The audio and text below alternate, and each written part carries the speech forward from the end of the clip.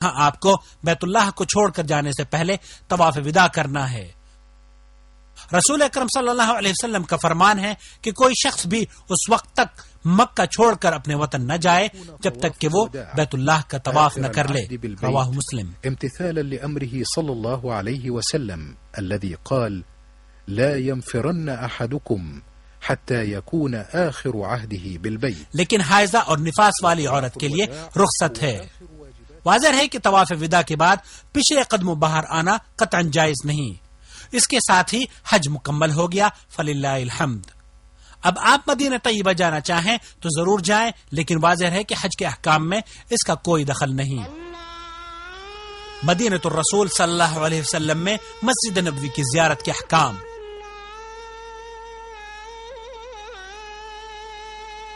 مدینہ منورہ کو حرم رسول صلی اللہ علیہ وسلم، دار ہجرت اور مقام نزول وحی ہونے کا شرف حاصل ہے۔ مسجد نبوی کی زیارت کرنا سنت عمل ہے۔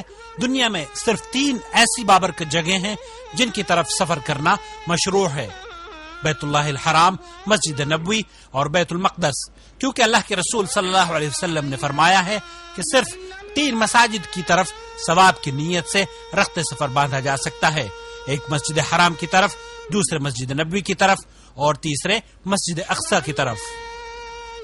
یہاں اس بات کی مزید وضاحت کر دینا زیادہ بہتر ہوگا کہ ان اعمال کا حج کے اعمال سے کوئی تعلق نہیں، لیکن چونکہ اللہ تعالیٰ نے حجاج کرام کو یہ موقع عنایت فرمایا کہ وہ بلد الحرمین شریفین میں حاضر ہوں، تو ان کے لیے یہ سنہری موقع ہے کہ مسجد نبوی صلی اللہ علیہ وسلم کی زیارت بھی کرتے چلیں، یہاں نمازیں پڑھ لیں، کیونکہ اس مسجد میں نماز پڑھنے کا ثواب باقی تمام مساجد سے 1000 درجہ زیادہ ملتا ہے، سوائے مسجد الحرام کے، کیونکہ اس میں ایک نماز کا ثواب 1,00,000 نماز کے ثواب کے برابر ہے۔ ب100,000 صلاة ثم ليسلم على رسول الله صلى الله عليه وسلم۔ اور جب آپ مسجد نبوی میں تشریف لائیں تو داخل ہوتے وقت دایاں پیر پہلے داخل کریں اور یہ دعا پڑھیں جو کہ دوسری مساجد کے داخلے کے وقت بھی پڑھی جاتی ہے: اعوذ باللہ العظیم وبوجہہ الکریم وسلطانہ القدیم من الشیطان الرجیم، بسم اللہ والصلاة والسلام علی رسول اللہ، اللہم افتح لی ابواب رحمتک۔ مسجد نبوی میں داخل ہونے کے بعد تحیت المسجد کی 2 رکعتیں پڑھنا سنت ہے، کیونکہ اللہ کے رسول صلی اللہ علیہ وسلم نے فرمایا ہے کہ جب تم میں سے کوئی شخص مسجد میں داخل ہو تو اس وقت تک نہ بیٹھے جب تک 2 رکعتیں نہ پڑھ لے۔ واضح ہے کہ نماز کی زبان سے نیت کرنا بدعت ہے۔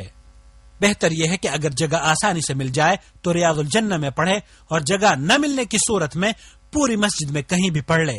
پھر اس کے بعد قبر رسول صلی اللہ علیہ وسلم کی طرف بڑھے اور قبر کے سامنے کھڑے ہو کر ادب و احترام کے ساتھ کہے: السلام علیک ایھا النبی ورحمۃ اللہ وبرکاتہ، اللہم آتہ الوسیلہ والفضیلہ وابعثہ المقام المحمود الذی وعدتہ، اللہم اجزہ عن امتہ افضل الجزاء۔ پھر تھوڑا دائیں طرف بڑھ کر حضرت ابو بکر رضی اللہ تعالی عنہ کی قبر کے سامنے کھڑے ہو کر سلام کرے اور ان کے لیے مغفرت و رحمت کی دعائیں کرے۔ اس کے بعد کچھ اور دائیں طرف بڑھ کر حضرت عمر رضی اللہ تعالی عنہ کی قبر کے سامنے کھڑے ہو کر سلام اور ان کے لیے بھی رحمت و مغفرت کی دعائیں کرے۔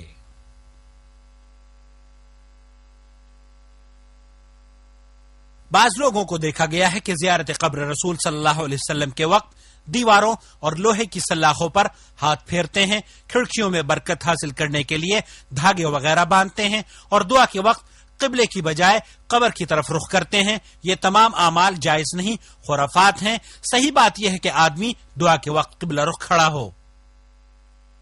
اب زائر کو چاہیے کہ بقیع کے قبرستان کی زیارت بھی کرے، جہاں بڑے بڑے جلیل القدر صحابہ رضوان اللہ علیہم اجمعین مدفون ہیں، جہاں حضرت عثمان ابن عفان رضی اللہ تعالی عنہ مدفون ہیں۔ شہداء احد کی قبروں کی زیارت بھی کرے، جہاں سید الشہداء حضرت حمزہ رضی اللہ تعالی عنہ مدفون ہیں۔ قبروں کی زیارت کے وقت مردوں سے اپنی حاجت طلب کرنا، قبروں سے تبرک حاصل کرنا اور فوت شدگان سے وسیلہ طلب کرنا، یہ سب بڑی خطرناک غلطیاں ہیں۔ قبرستان میں جا کر وہی سلام پڑھنا چاہیے جو اللہ کے رسول صلی اللہ علیہ وسلم نے امت مسلمہ کو سکھایا ہے: السلام علیکم یا اہل الدیار، من المؤمنين والمسلمين وإنا إن شاء الله بكم لاحقون نسأل الله لنا ولكم العافية۔ اب اس کے بعد زائر کو چاہیے کہ مسجد قباء جائے، کیونکہ نبی کریم صلی اللہ علیہ وسلم اس مسجد میں اکثر تشریف لے جاتے اور نماز پڑھتے۔ یہی معمول صحابہ کرام کا رہا۔ زائرین کرام، باقی جتنی زیارتیں مدینہ منورہ میں بنائی ہوئی ہیں، مثلا 7 مساجد وغیرہ، ان کا شریعت میں کوئی ثبوت نہیں، لہذا بلا وجہ ادھر ادھر گھومنے سے بچ کر ان اعمال کو اختیار کرنا زیادہ بہتر ہوگا جن کا شریعت میں ثبوت موجود ہے۔ واضح ہے کہ 40 نمازوں کی ادائیگی کا ثبوت بھی قرآن و سنت میں نہیں ملتا۔ اخیر میں فضیلت الشیخ محمد بن صالح العثیمین رحمۃ اللہ علیہ فرماتے ہیں کہ حاجی کو اپنے وطن لوٹ کر گناہوں کی طرف نہیں لوٹنا چاہیے، اور جب جب معصیت اور گناہ کی طرف دل مائل ہو تو اسے چاہیے کہ اپنے حج کے ایام کی یاد کو تازہ کر لے۔ ایسا کرنے سے اس کی یہ سنہری یادیں انشاءاللہ تعالی اسے معصیت اور گناہوں سے دور رہنے میں معاون و مددگار ثابت ہوں گی۔ اللہ تعالیٰ سے دعا ہے کہ آپ کے حج کو حج مبرور بنا دے، قابل قدر سعی و محنت اور معاف کیا ہوا گناہ بنا دے۔ اپنے بھائی محمد عاقل کو اجازت دیجیے۔ اس کی پروڈکشن سید محمد عبد الکریم اور زیر نگرانی الاستاذ علی موسیٰ کے تعاون سے عمل میں آئی ہے۔ والسلام علیکم ورحمۃ اللہ وبرکاتہ۔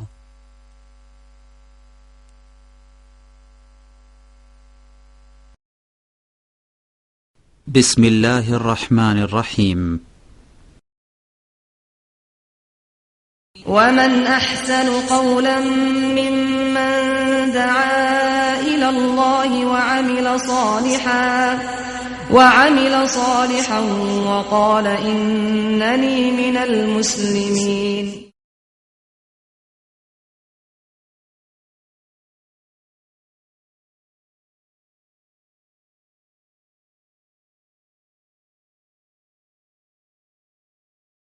بوأنا لإبراهيم مكان البيت ألا تشرك بي شيئا وطهر بيتي للطائفين والقائمين والركع السجود وأذن في الناس بالحج يأتوك رجالا وعلى كل ضامر يأتين من كل فج عميق.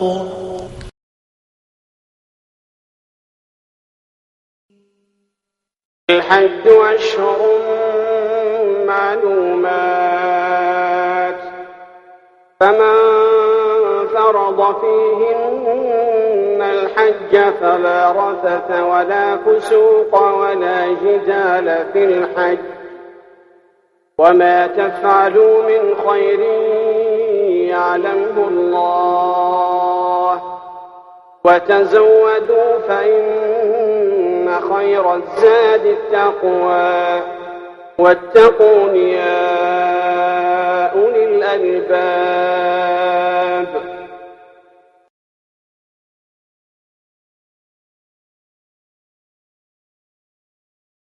والصلاة والسلام على إمام المتقين نبينا محمد وعلى آله وأصحابه أجمعين والتابعين له بإحسان إلى يوم الدين. برادران ملت، اللہ رب العالمین کے حمد و ثنا کے شکر کہ اللہ تعالی ہمیں اور آپ کو خیر کے کام کے لیے ہمیں امید ہے کہ خیر کے مقام پر جمع کرتا ہے. ہماری اور آپ کی تمام مسلمانوں کی کوتاہیوں کو اللہ تعالی معاف کرے اور تمام مومنوں اور مومنات کی مغفرت اللہ رب العالمین فرمائے. آج کے ہمارے مہمان ہیں ہمارے بھائی شیخ عبد المجید صاحب، جو مکتب دعوی جعلیات عیون سے تشریف لائے ہیں، اور ہمارا اور ہمارے بھائی عبد المجید صاحب کا تھوڑے سے کلاسوں کی تقدیم و تاخیر اور فرق کے ساتھ 80 کی دہائی کا ساتھ ہے، یعنی بہت چھوٹی عمر سے. تو اللہ تعالیٰ ہمارے بھائی عبد المجید صاحب مدنی حفظہ اللہ کو جزائے خیر دے، ان کی دعوت کے قبول کرنے اور تشریف آوری پر. آج حقیقتاً میں اور ہمارے عبداللہ بھائی جو ریکارڈ کرتے ہیں، دونوں ہی توقع یہ تھی کہ بہت دیر تک غائب رہیں گے، کیونکہ دمام سے باہر ایک پروگرام تھا جس میں ہم تھے. الحمدللہ اچانک خلاف توقع اگر پہنچ گئے ہیں تو وللہ الحمد من قبل و من بعد. تو آج کا موضوع ہے جو ہونا چاہیے، یعنی حج کے مہینے چل رہے ہیں تو موضوع بھی حج ہی ہے. کیف نحج، یا کس طریقے سے ہمیں حج کرنا چاہیے. تو اس موضوع پر ہمارے بھائی خطاب فرمائیں گے. اللہ تعالیٰ سے دعا ہے کہ اللہ تعالیٰ ہمیں کہنے اور سننے سے بھی زیادہ عمل کرنے کی اور حق بات کہنے اور حق پر چلنے کی توفیق دے. آمین. اور اللہ تعالی ہمیں اور آپ کو ہر شر اور سب سے بڑے دشمن شیطان اور ہر ایک بر اندیش سے بچا کر رکھے، اپنے حفظ و امان میں رکھے، اور اللہ کی توفیق شامل حال رہے. وما توفیقی الا باللہ علیہ توکلت والیہ انیب. ربنا آتنا من لدنک رحمۃ وہیئ لنا من امرنا رشدا. السلام.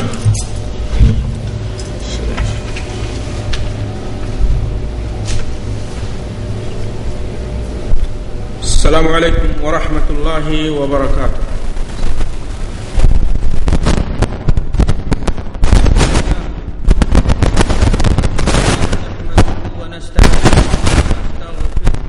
نؤمن به ونتوکل علیہ ونعوذ باللہ من شرور انفسنا ومن سیئات اعمالنا من يهده الله فلا مضل له ومن يضلل فلا هادي له.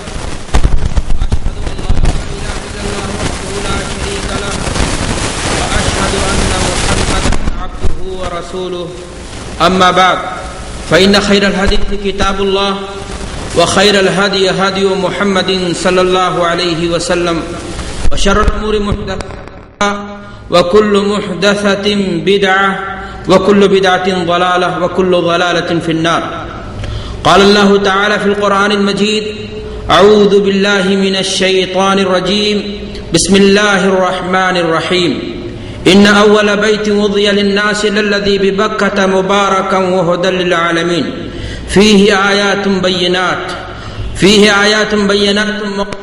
إبراهيم ومن دخله كان آمنا ولله على الناس حج من استطاع إليه سبيلا ومن كفر فإن الله غني عن العالمين. حضرات گرامی، قابل قدر دینی اور ملی بزرگوں، نوجوان دوستوں اور ساتھیوں، کارکنان اسلامک دعویٰ سینٹر دمام، دیگر سامعین، جیسا کہ آپ نے شیخ محمد عالم مدنی حفظہ اللہ سے سنا کہ مہینہ چل رہا ہے اشہر حرم کا، اور اسی مناسبت سے آج کی مجلس کے لیے موضوع منتخب کیا گیا ہے کہ ہم حج کیسے کریں. آج کی اس مجلس میں حج کی فرضیت، اہمیت و فضیلت اور اس کے احکام و مسائل، حج کا طریقہ کیا ہوگا، اور ساتھ ہی ساتھ اگر آپ نے دلچسپی دکھائی اور وقت نے ساتھ دیا تو یہ بات بھی بیان کی جائے گی کہ حج کا فریضہ جو اللہ تبارک و تعالیٰ نے مسلمانوں پر عائد کیا ہے اس کا مقصد کیا ہے. دعا ہے کہ پروردگار عالم ہماری اس حاضری کو قبول فرمائے، ہماری اس مجلس کو ہمارے لیے حلال روزی میں برکت کا سبب بنائے، ہمارے نیتوں میں اخلاص کا سبب بنائے، اور ہماری اس حاضری کو ہمارے لیے آخرت میں نجات کا ذریعہ بنائے. دینی بھائیوں، دوستوں اور ساتھیوں، خطبہ مسنونہ کے بعد قرآن